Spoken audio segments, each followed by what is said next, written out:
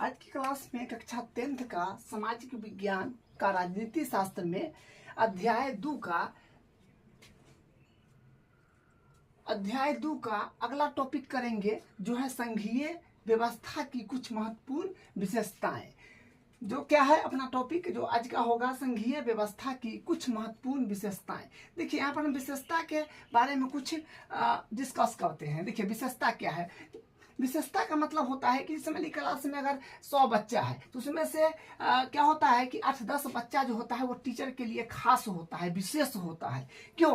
क्योंकि वो टीचर का बात मानता है और टीचर का कहे हुए करता है और वो मेहनत करके पढ़ता है, मतलब पढ़ाई में बड़े ध्यान देता है। ठीक है, उसके अंदर वो विशेषता है, इसलिए उसको टीचर क्या करते हैं, बहुत दुलार प्यार से मानते हैं, मतलब बहुत दुलार प्यार देते हैं, उसको बहुत मानते हैं। ठीक है, वो विशेषता है। जैसे मान लीजिए कि एक डॉक्टर का विशेषता लेते हैं। जैसे एक डॉक्टर के बारे में देखिए कि डॉक्टर जो है अनेकों है, लेकिन कोई डॉक्टर खास होता है। जहाँ पर मरीजों का काफ़ी भीड़ रहता है, वहाँ क्या होता है, उसकी क्या विशेषता है कि वहाँ पर मरीजों का भीड़ होता है। देखिए विशेषता ये है कि वो मरीजों को अच्छे से देखते हैं, अच्छे से जांच करते हैं और अच्छे दवाई देते हैं, वो मरीज ठीक हो जाता है। तो क्या उनकी विशेषता है। ठीक है, तो उसी प्रकार संघीय व्यवस्था की कुछ महत्वपूर्ण विशेषता है। जो पहला है, देखिए पहला पॉइंट में 2 से अधिक, मतलब 2 से अधिक स्तरों, 2 से अधिक स्तरों में क्या है, यहाँ सरकार 2 या 2 से अधिक स्तरों वाली होती है। यहाँ पर जो सरकार होता है 2 या 2 से अधिक स्तर वाली होती है। जो आपको बताए हैं कि संघवाद में क्या होता है कि संघवाद में 2 स्तर पर सरकार होता है, एक केंद्र स्तर पर, एक राज्य स्तर पर। और दोनों को क्या होता है कि अपने अपने काम का जो है सबका लिस्ट होता है, वो अपना काम करता है, वो अपना काम करता है। दोनों का काम करने का अपना अपना जो होता है निर्णय होता है, वो अपना अपना काम करते हैं। वो क्या होता है, 2 स्तर पर सरकार होता है, तो उसी को हम लोग क्या बोलते हैं, संघवाद बोलते हैं, जिसमें क्या होता है 2 स्तर पर सरकार होता है। ठीक है, तो वही था यहाँ पर कि 2 से अधिक स्तरों, यहाँ सरकार 2 या 2 से अधिक स्तरों वाली होती है। एक केंद्र सरकार एक राज्य में होती है, 2 से अधिक भी होती है। जैसे भारत में एक केंद्र सरकार हुआ, राज्य सरकार हुआ, राज्य में भी क्षेत्र में जो होता है क्षेत्रीय सरकार, जिसमें मुखिया सरपंच, बाजार में जो होता है, बाजार में कॉलोनी में सरकार होता है, पार्षद वो होता है। ठीक है, वो तीसरा सरकार हो गया। देखिए दूसरा पॉइंट है अस्तित्व व प्राधिकार की गारंटी। अस्तित्व व प्राधिकार की गारंटी। अस्तित्व का मतलब पहले समझिए, अस्तित्व का मतलब क्या होता है कि देखिए अस्तित्व का मतलब होता है किसी भी तरह का कोई खतरा नहीं। ठीक है, तो अस्तित्व का मतलब क्या होगा, अस्तित्व का मतलब हो जाएगा सेफ, किसी भी तरह का कोई खतरा नहीं, एकदम सुरक्षित, ये अस्तित्व का मतलब होता है। प्राधिकार का मतलब क्या होता है, प्राधिकार का मतलब होता है जिम्मेदारी। जो आपको बताए हैं, प्राधिकार का मतलब होता है जिम्मेदारी की गारंटी। तो देखिए अस्तित्व व प्राधिकार की गारंटी का मतलब समझ गए कि एकदम सुरक्षित रहेगा, सेफ रहेगा, किसी भी प्रकार का कोई खतरा नहीं होगा, उसकी जिम्मेवारी होता है किसके पास। जैसे मान लीजिए कि अपने देश में क्या है, केंद्र सरकार है, एक राज्य सरकार है, इसके ये एकदम सुरक्षित है। ये नहीं है कि कल को मुख्यमंत्री का पावर खत्म हो जाएगा, मुख्यमंत्री रहेगा ही नहीं, सब केंद्र सरकार करेगा, प्रधानमंत्री करेगा, या प्रधानमंत्री ही नहीं रहेगा, सब राज्य सरकार करेगा। मतलब ये सब चीज जो है यहाँ पर नहीं है, इसकी गारंटी है। गारंटी कौन लेता है, संविधान। संविधान में लिखा हुआ है, क्या लिखा है, विभिन्न स्तरों की सरकारों के अधिकार, विभिन्न स्तर के सरकार जो राज्य के लेवल पर है, केंद्र लेवल पर है, वही विभिन्न स्तरों की सरकार के अधिकार क्षेत्र संविधान में स्पष्ट रूप से वर्णित है। मतलब जो क्षेत्र में सरकार है वहां पर संविधान से स्पष्ट रूप से वर्णित है, उसमें स्पष्ट किया हुआ है करते हैं कि इसलिए संविधान सरकार के हर स्तर के अस्तित्व और प्राधिकार की गारंटी और सुरक्षा देता है। मतलब संविधान ही उसको क्या करता है, प्रत्येक अस्तित्व मतलब क्या होता है, सेफ रहने का, उसको किसी भी तरह का कोई खतरा न हो, उसका प्राधिकार मतलब क्या करता है, जिम्मेदारी देता है। कौन, संविधान, उसमें गारंटी देता है और सुरक्षा है, क्योंकि ये संविधान में लिखा हुआ है। तो वही बात यहाँ पर लिखा हुआ है जो आपको समझाए हैं। अस्तित्व व प्राधिकार की गारंटी विभिन्न स्तरों की सरकार के अधिकार क्षेत्र संबंधित अधिकार क्षेत्र संविधान से स्पष्ट रूप में वर्णित करते हैं, इसलिए संविधान सरकार की हर स्तर के अस्तित्व और प्राधिकार की गारंटी और सुरक्षा देता है। ठीक है, तो वही बात यहाँ पर लिखा है जो आपको समझाए हैं अपने भाषा में, वही लिखा है अस्तित्व व प्राधिकार की गारंटी। तो देखिए क्या है, विभिन्न स्तरों की सरकारों के अधिकार क्षेत्र संविधान में स्पष्ट रूप से वर्णित करते हैं कि इसलिए संविधान सरकार के हर स्तर के अस्तित्व और प्राधिकार की गारंटी और सुरक्षा देता है। मतलब जो समझाए कि केंद्र सरकार और राज्य सरकार बिल्कुल सेफ है, वो एकदम गारंटी देता है संविधान कि जो केंद्र सरकार के पावर है और राज्य सरकार के पावर है, दोनों के पास पावर विभाजित है, वो हमेशा रहेगा। ठीक है, देखिए ये जो है संविधान जो व्यक्ति लिखे थे, जो व्यक्ति जो सरकार के समय संविधान बना था, वो व्यक्ति तो है नहीं। तो इस संविधान को देख रेख करने के लिए, इसको पालन करने के लिए हर संभव किसको दे दिया गया है, सुप्रीम कोर्ट को दे दिया है। वो सुप्रीम कोर्ट उसको क्या करता है, फैसला करता है। कहीं अगर सरकार में दो सरकारों के बीच, केंद्र सरकार और राज्य सरकार के बीच कुछ आपसी झंझट हो गया, तो कौन उसको जो है झंझट को खत्म करेगा, मतलब झंझट को समझाएगा कौन, उसको झंझट को समझा के उसको दोनों को साइड कर देगा कौन, सुप्रीम कोर्ट। ठीक है, तो दोनों को समझा देगा सुप्रीम कोर्ट। ठीक है, तो सुप्रीम कोर्ट में जाकर के ये अच्छी होता है, क्योंकि देखिए सुप्रीम कोर्ट को क्योंकि सुप्रीम कोर्ट को जो है संविधान की देखरेख की अनुमति दिया गया है। ठीक है, और हर देश में एक सुप्रीम कोर्ट होता है। अब देखिए यहाँ पर दूसरा पॉइंट क्या है, वर्णित अधिकार क्षेत्र। वर्णित अधिकार क्षेत्र में देखिए क्या है कि अलग अलग स्तर की सरकारें एक ही नागरिक समूह पर शासन करती है, पर कानून बनाने, कर वसूलने और प्रशासन का उनका अपना अपना अधिकार क्षेत्र होता है। देखिए इसका मतलब थोड़ा समझते हैं। देखिए क्या कह रहा है कि वर्णित अधिकार क्षेत्र में कि अलग अलग स्तर की सरकारें एक ही नागरिक समूह पर शासन करती है। देखिए सही बात है कि हम जिस देश में रहते हैं वहाँ दो सरकार है, भारत में क्या है, दो सरकार है, जिसमें एक राज्य सरकार है, एक केंद्र सरकार है। तो राज्य में, जिस राज्य में रहते हैं उस सरकार का भी शासन अपने ऊपर होता है, और केंद्र सरकार जो प्रधानमंत्री है उसका भी शासन होता है। तो वही उसका भी शासन होता है, तो वो क्या है, तो वहां पर जो है ये दोनों जो है एक ही नागरिक पर दो शासन चलता है। ठीक है, तो वही बात है। अब देखिए यहां से फिर क्या है, कानून बनाने व कर वसूलने और प्रशासन का उनका अपना अपना अधिकार क्षेत्र होता है। हाँ देखिए यहाँ पर फिर इसका मतलब समझ लीजिए, इसका मतलब फिर समझिए, कानून बनाने, कर वसूलने और प्रशासन का उनका अपना अपना अधिकार क्षेत्र होता है। हाँ देखिए राज्य सरकार का अपना जो है उसको मालूम है, अपना कर वसूलने का जो रास्ता मालूम है कि कहाँ से हमको कर वसूलना है, और केंद्र सरकार को मालूम है कि उसको कहाँ से कर वसूलना है। ठीक है, टैक्स कहाँ से लेना है केंद्र सरकार को मालूम है, और राज्य सरकार को भी मालूम है कि हमको टैक्स कहाँ से लेना है। ठीक है, तो वही इसका मतलब है। मतलब इसको नहीं, अगर मान लीजिए राज्य सरकार को अगर पैसा के कमी है, ये है वो है, तो केंद्र सरकार के नहीं कहने जाएगा अपना, जहाँ से कहाँ से, मतलब टैक्स के द्वारा वसूलता है और वो खर्च करता है। उसी प्रकार केंद्र सरकार टैक्स के द्वारा वसूलता है और खर्च करता है। तो दोनों का टैक्स वसूलने का अपना अपना क्या है, रास्ता मालूम है, वो अपना रास्ता से वसूलता है, उस अपना रास्ता से वसूलता है। ठीक है, सब संविधान में अंकित है। ठीक है, और टैक्स दो प्रकार का होता है, एक होता है प्रत्यक्ष, एक होता है अप्रत्यक्ष।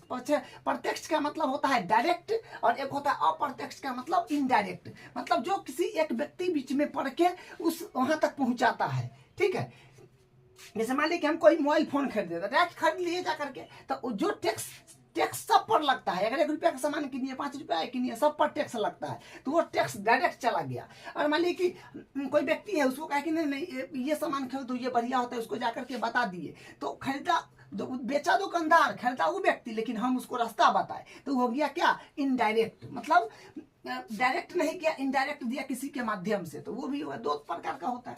ठीक है, तो ये उसका मतलब वही था जो बताए हैं, वही लिखा हुआ था कि कानून बनाने, कर वसूलने और प्रशासन का उनका अपना अपना अधिकार क्षेत्र होता है। ठीक है, अब देखिए, अब इस दूसरा पॉइंट देखिए, ये भी इंपोर्टेंट है। संविधान के मौलिक प्रावधानों को किसी एक स्तर की सरकार अकेले नहीं बदल सकती है, ऐसे बदलाव दोनों स्तर की सरकार की सहमति से ही हो सकते हैं। देखिए, इसको समझने से पहले एक बात समझिए। जैसे मान लीजिए कि हम आप क्या कोई व्यक्ति, जैसे मान लीजिए हम दो भाई हैं, तो दो भाई में संपत्ति का बंटवारा हो रहा है, तो दोनों भाई का सहमति लेना होगा, दोनों को बैठा करके कहना होगा कि भाई ये चीज क्या करेंगे, पापा जो है दोनों को बैठाएंगे और आपस में बंटवारा करेंगे। ऐसा थोड़ी है अकेले वो है हम नहीं है हो गया, हम है वो नहीं है बंटवारा हो गया। सेम वही बात है यहाँ पर कि संविधान के मौलिक प्रावधानों को किसी एक स्तर की सरकार अकेले नहीं बदल सकती है, ऐसे बदलाव दोनों स्तर की सरकार की सहमति से होगी। मतलब दोनों स्तर के सरकार होगा, केंद्र सरकार होगा और राज्य सरकार होगा, कोई भी चीज का बंटवारा करना होगा तो दोनों सरकार होगा तब बांट सकता है, अन्यथा नहीं बांट सकता है, क्योंकि ये बात संविधान में अंकित है। जैसे आपको एग्जाम्पल दिए कि हम दो भाई हैं और संपत्ति का बंटवारा पिताजी कर रहे हैं, तो दोनों भाई को आपस में बैठना पड़ेगा, उसमें दोनों सहमति होगा तब वो बात सक्सेस होगा, ना तो नहीं होगा। उसी प्रकार यहाँ पर क्या है कि संविधान में के मौलिक प्रावधानों के किसी स्तर की सरकार अकेले नहीं बदल सकता है, और कुछ बदलना हो तो केंद्र सरकार राज्य सरकार साथे बैठेगा, तब वो बात होगा, तब वहां पर वो चीज लागू होगा, जो बदलना है बदला सकता है। अब देखिए इसका अगला देखिए, वित्तीय स्वायत्तता। वित्तीय स्वायत्तता में देखिए क्या है, वित्तीय स्वायत्तता निश्चित करने के लिए विभिन्न स्तर की सरकारों के लिए राजस्व के अलग अलग स्रोत निर्धारित है। इसका मतलब फिर समझिए, देखिए क्या लिखा है कि वित्तीय स्वायत्तता निश्चित करने के लिए विभिन्न स्तर की सरकारों के लिए राजस्व के अलग अलग स्रोत निर्धारित है। मतलब सबको जो वित्तीय जो स्वायत्तता निश्चित करने के लिए विभिन्न स्तर की सरकार के लिए स्वराज के अलग अलग स्रोत निर्धारित है। और देखिए, और सबका अपना अपना स्रोत निर्धारित है कि किसका जो है टैक्स कहाँ से आएगा, उसका टैक्स राज्य सरकार का टैक्स कहाँ से आएगा, उसका रास्ता खुला हुआ है, केंद्र सरकार का टैक्स कहाँ से आएगा, उसका रास्ता खुला हुआ है। मतलब राज्य सरकार जानता है कि हमको कहाँ से टैक्स लेना है, कैसे लेना है, वो राज्य सरकार जानता है, केंद्र सरकार जानता है कि हमको कहाँ से टैक्स लेना है, कैसे लेना है, जानता है, वही ये बात है। ठीक है, अब इसका ये देखिए अगला पॉइंट, सर्वोच्च न्यायपालिका सर्वोच्च न्यायपालिका। तो सर्वोच्च न्यायपालिका में अदालतों को संविधान और विभिन्न स्तरों की सरकारों के अधिकारों की व्याख्या करने का अधिकार है। विभिन्न स्तर की सरकारों के बीच अधिकारों के विवाद की स्थिति में सर्वोच्च न्यायालय निर्णायक भूमिका निभाता है। इसका मतलब समझ लीजिए, देखिए, और कोई इसका मतलब समझिए, देखिए क्या है, अगर सरकार के बीच कोई विवाद होता है, कोई भी विवाद होता है केंद्र सरकार और राज्य सरकार के बीच, तो इस विवाद को कौन सुलझाएगा, सही करेगा, वो सर्वोच्च न्यायालय, ठीक है, जिसको बोलते हैं सुप्रीम कोर्ट, वही उसको फैसला करेगा। भाई तुम में गलती है, तुम्हें एक गलती है, इसमें दो गलती है, मतलब जो हो वो गलती का सहमति दे करके दोनों को आपस में क्या करेगा, समझा बुझा करके फिर वहां से ठीक कर देगा। वो समझ जाएगा कि भाई तुम्हारा गलती यहाँ पर था, उसका गलती यहाँ पर था, तो उस हिसाब से वही बात है कि कोई भी अगर इधर उधर, वही लिखा है कि अदालतों को संविधान और विभिन्न स्तरों की सरकारों के अधिकारों के व्याख्या करने का अधिकार, विभिन्न स्तरों की सरकारों के बीच अधिकारियों के बीच अधिकारों के विवाद है ना, विवाद की स्थिति में सर्वोच्च न्यायालय निर्णायक भूमिका निभाता है। सर्वोच्च न्यायालय ही उसको फैसला करके ठीक करेगा कि भाई अब ऐसा नहीं करना है, तुम में ये गलती था, उसमें ये गलती था, जाओ। ठीक है, तो ये काम कौन करेगा, सरकार के बीच टकराव हो जाएगा तो सर्वोच्च न्यायपालिका करेगा, सुप्रीम कोर्ट करेगा। ठीक है, जो पूरा देश में एक होता है। अब देखिए अगला पॉइंट है अपने पास, संघीय व्यवस्था की विशेषताएं। संघीय व्यवस्था की विशेषता में देखिए, अभी आपने देखा संघीय व्यवस्था की कुछ महत्वपूर्ण विशेषता, ठीक है, उसी जो अभी देखे हैं उसी का एक समरी के रूप में है, जो यहाँ पर थोड़ा सा लिखा हुआ है, इसको भी समझ लीजिए, जो बोले तो वही बात है। देखिए संघीय व्यवस्था की विशेषता, तो एग्जाम में आपको आ सकता है कि संघीय व्यवस्था की विशेषताएं को लिखें। तो बस इतना बात आपको लिखना पड़ेगा। जैसे देखिए यहाँ पर क्या है, 2 या 2 से अधिक स्तरों पर सरकार, आपको पता है संघीय व्यवस्था में संघवाद में 2 सरकार होना ही चाहिए, एक राज्य स्तर पर और एक केंद्र स्तर पर। दोनों का अपना अपना सत्ता की बंटवारा हो, दोनों में सत्ता के विभाजन हो और वो अब केंद्र के लिए अपना काम करे, राज्य के लिए अपना काम करे, किसी से कोई पूछताछ नहीं करता है, दोनों के पास अपना लिस्ट होता है। ठीक है, मतलब राज्य सरकार और केंद्र सरकार दोनों में सत्ता के विभाजित होता है, वही तो संघवाद होता है जो आप जाने हैं। तो 2 या 2 से अधिक स्तरों पर सरकार, ये पहला हो गया। दूसरा, अधिक क्षेत्र संविधान में स्पष्ट रूप से वर्णित है, मतलब कैसे करना है क्या नहीं करना है वो सारा संविधान में अंकित है, संविधान के अकॉर्डिंग ही देश चलता है। अगला है, एक ही नागरिक समूह पर शासन करती है, एक ही नागरिक समूह पर शासन करती है, मतलब देखिए एक ही नागरिक समूह पर शासन करती है मतलब हुआ कि एक ही नागरिक है, क्योंकि भारत अपना क्या है, राज्यों में बांटा हुआ है, राज्य में बांटा हुआ है, तो प्रत्येक राज्य में क्या है, एक केंद्र सरकार तो पूरे देश के लिए है, लेकिन प्रत्येक हर एक पर्टिकुलर राज्य में तो उस राज्य का तो सरकार है, तो उस राज्य का सरकार जो है उस राज्य के प्रत्येक व्यक्ति पर शासन करता है, और केंद्र सरकार तो सब पर शासन करता ही करता है। तो हर एक व्यक्ति पर 2 शासन नहीं हुआ, वही यहाँ पर लिखा है कि एक ही नागरिक समूह पर शासन करती है, एक ही नागरिक वही है, उस पर भी केंद्र सरकार भी शासन कर रहा है और राज्य सरकार भी कर रहा है। तो एक ही नागरिक समूह पर शासन करती है दोनों सरकार। ठीक है, जो केंद्र सरकार है जो योजना बनाएगा वो पूरे देश के लिए, राज्य सरकार पर्टिकुलर एक राज्य के लिए ही बनाएगा। ठीक है, तो केंद्र सरकार जो योजना बनाएगा उसका लाभ तो उस व्यक्ति को मिलेगा ही जो राज्य में वो रहे, और उस राज्य का सरकार कोई भी योजना बनाए तो उसका वो मिलेगा ही। ठीक है, तो ये बात यहाँ पर लिखा हुआ था। देखिए अगला, देखिए वित्तीय स्वायत्तता निश्चित, वित्तीय स्वायत्तता निश्चित है, यानी कैसे कर लेना है, कैसे पैसा वसूली करना है, क्योंकि देखिए जो खर्च होता है वो कहीं ना कहीं किसी न किसी माध्यम से प्रत्येक व्यक्ति को कर चुकाना पड़ता है। जैसे आप 1 रुपया का सामान खरीदिए या 5 रुपया के पेन नकाए खरीदिए, उस पर भी टैक्स रहता है, वो टैक्स कैसे लेना है, कौन सरकार लेगा, क्या होगा, वो सब उसमें रास्ता खुला हुआ है, अपना सरकार के पास टैक्स चला जाता है, और वो जो पैसा जमा होता है वो फिर खर्च किया जाता है देश पर, राज्य लेता है, राज्य पर करता है, देश पर करता है। ठीक है, यहाँ पर देखिए अगला, मौलिक प्रावधानों को एक सरकार अकेले नहीं बदल सकती है। हाँ, मौलिक प्रावधानों को एक सरकार जो है अकेला नहीं बदल सकता है, और कोई भी देश में हो या कोई राज्य पर्टिकुलर राज्य में कुछ चेंज करना हो तो अकेले नहीं, मतलब अगर मान लीजिए कि बिहार में कुछ चेंज करना है, बिहार का मुख्यमंत्री नीतीश कुमार है, नीतीश कुमार सोचेगा कि हम इस चीज को ऐसे कर दे, तो नहीं होगा,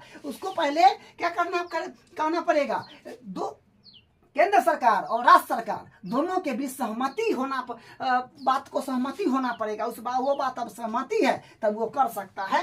ठीक है, वही बात है, मौलिक प्रावधानों को एक सरकार अकेले नहीं बदल सकता है, वो आपस में क्या करेगा, बैठक करके वो डिसीजन लेगा, डिसीजन सत्य होगा तो लगाएगा। जैसे आपको बताए थे ना कि अगर एक पिता के 2 बेटा है, संपत्ति का बंटवारा करना है तो दोनों बेटा रहेगा तो ना बंटवारा होगा, एक बेटा में कैसे होगा, तो वही बात है। यहाँ पर देखिए अगला, अदालतों को संविधान की व्याख्या करने की अधिकार है। देखिए जो व्यक्ति, जो महान पुरुष लोग ने संविधान को लिखे थे, बनाए थे, वो महान पुरुष जो है आज नहीं है, वो सब गुजर गए, और वो संविधान को देख रेख करने की जो है क्षमता किसको दिए, संविधान को देख रेख करने की काम उन्होंने सुप्रीम कोर्ट को दे दिए, क्योंकि वो सोचे भाई हम लोग कब तक हैं, आदमी अमर तो नहीं है, वो जब तक है तब तक देख रेख करेंगे, उसके बाद कौन करेगा, तो सुप्रीम कोर्ट को दे दिए कि भाई साहब संविधान का देख रेख आप करियो। ठीक है, तो वही बात है बोली कि अदालतों को संविधान की व्याख्या करने की अधिकार, तो जिसके पास ताकत मिला है संविधान को देखरेख करने का, तो सरकार में कोई भी विवाद होगा तो क्या करेगा, वही संस्थान उसको क्या करेगा, विवाद को खत्म करेगा। जैसे सुप्रीम कोर्ट को मिला हुआ है तो सुप्रीम कोर्ट उसको समझाएगा, बुझाएगा, किसी में गलती है नहीं है क्या है तो वो करेगा। तो जो आपको ऊपर समझाए थे वही इसका समरी था। ठीक है, तो ये हो गया। अब हम लोग आगे आते हैं। देखिए अगला पॉइंट अपने पास में है, संघीय शासन व्यवस्था के उद्देश्य। हाँ, बात सही है, और कुछ भी हम कह रहे हैं, कुछ भी जीवन में कह रहे हैं, तो उसका कुछ ना कुछ उद्देश्य होता है, कुछ ना कुछ उद्देश्य होता है। जैसे आप क्लास 10th में पढ़ रहे हैं, तो आपका सबसे पहला उद्देश्य क्या है? हमको क्या है? मैट्रिक पास करना है, अच्छे नंबर से पास करना है, अच्छा नंबर लाना है, वो उद्देश्य है। अगर उद्देश्य नहीं है तो फिर तो जानवर के समान, वस्तु के समान हो गए, क्योंकि वस्तु जानवर को क्या है? खाना है, पीना है, और उसको तो पता है कि खाना पीना है, पड़ल रहना है, मर जाना है क्या, तो फिर ये तो दिक्कत हो जाएगा। इसलिए जब हम लोग भगवान मानव में जन्म दिए हैं तो अक्ल बुद्धि ज्ञान दिए हैं, इसलिए हम लोग को कुछ उद्देश्य है, कुछ करना है, एक अच्छे नागरिक बनना है, ठीक है।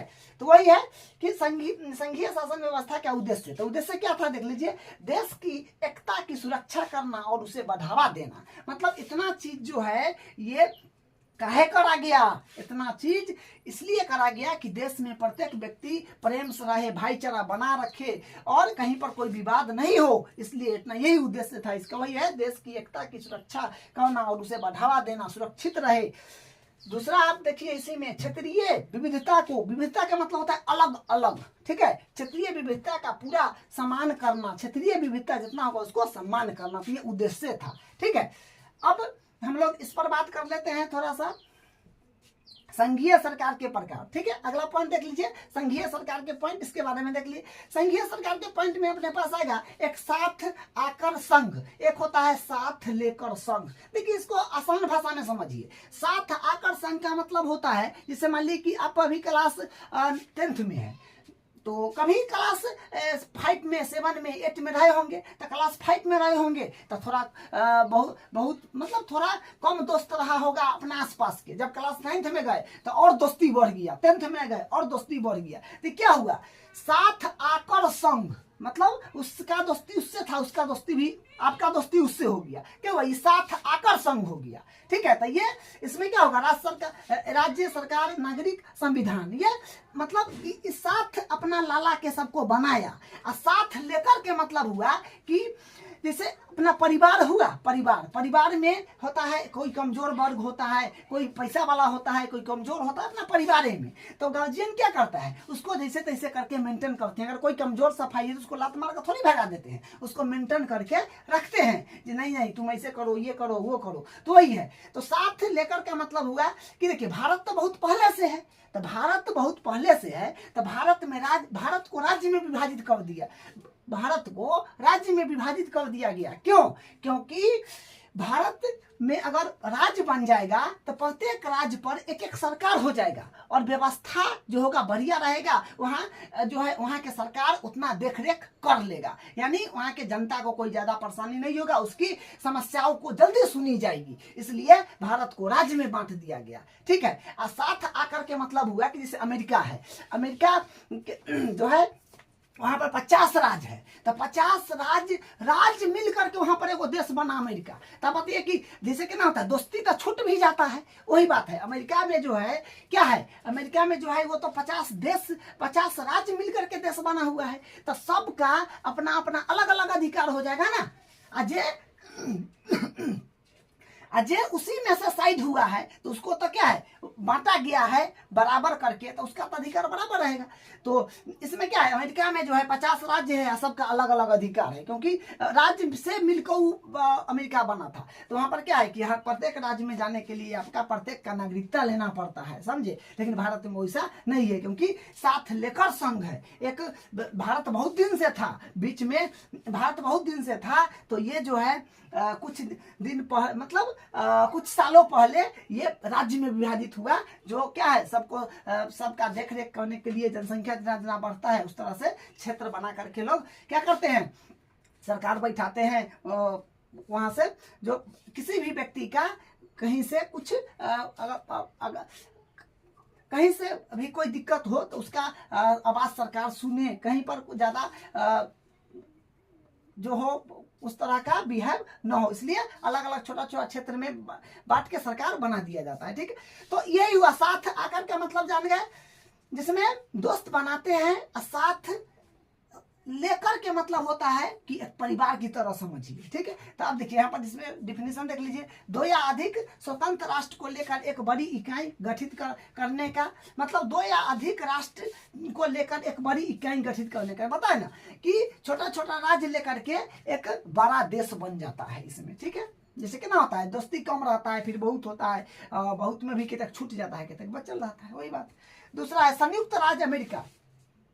देखिए इसका उदाहरण आपको मिल जाएगा, जो है दो या अधिक स्वतंत्र मतलब साथ आकर संघ का उदाहरण हो जाएगा संयुक्त राष्ट्र अमेरिका, स्विट्जरलैंड, ऑस्ट्रेलिया, इसका एग्जाम्पल है। सबको साथ लेकर, तो सबको साथ लेकर देखिए राज्यों का गठन करना और फिर राज्यों और राष्ट्रीय सरकार के बीच सत्ता के बंटवारा कर देना। भारत जैसे कि ये है अपना भारत में, बेल्जियम में, स्पेन में। यहाँ पर क्या है कि भारत, बेल्जियम, स्पेन में वो एक बड़ा राज्य था, सॉरी भारत, बेल्जियम, स्पेन जो था वो पहले से ही एक बड़ा देश था और राज्य में बांट दिया, सबको बराबर सत्ता में विभाजित कर दिया, ठीक है। सबको बराबर पावर दे दिया, बराबर ताकत दे दिया, बराबर सत्ता में बांट दिया गया, ठीक है। तो वही है अपने पास में क्या है, सबको साथ लेकर, ठीक है। और साथ आकर संघ, तो जान गए कि एक दूसरे को साथ बना के वो एक बड़ा बनाया, ठीक है।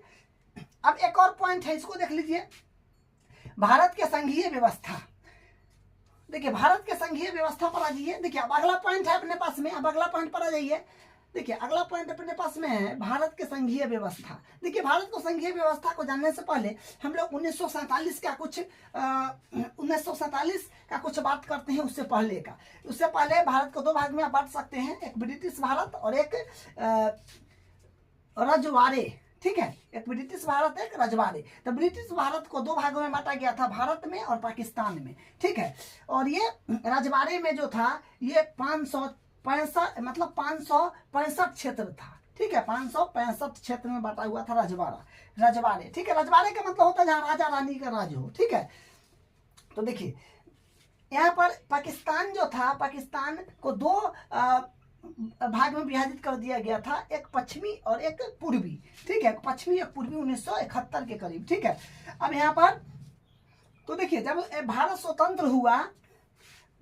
स्वतंत्र हुआ तो ये रजवाड़े जो था ये तो भारत के अंदर था, यहाँ पर ब्रिटिश भारत का शासन चलता था और यहाँ रजवाड़े को अंदर राजा और रानी के ऊपर कुछ 565 क्षेत्र था, उनके ऊपर छोड़ दिया गया था कि आप इतना चलाइए, लेकिन शासन इसी का था, ये बोले थे कि आप भी इतना को चलाइए। तो जब स्वतंत्र भारत हो गया तो यहाँ पर बोला गया कि भाई रजवाड़ा को बोला गया कि आप भारत में जाइएगा कि पाकिस्तान में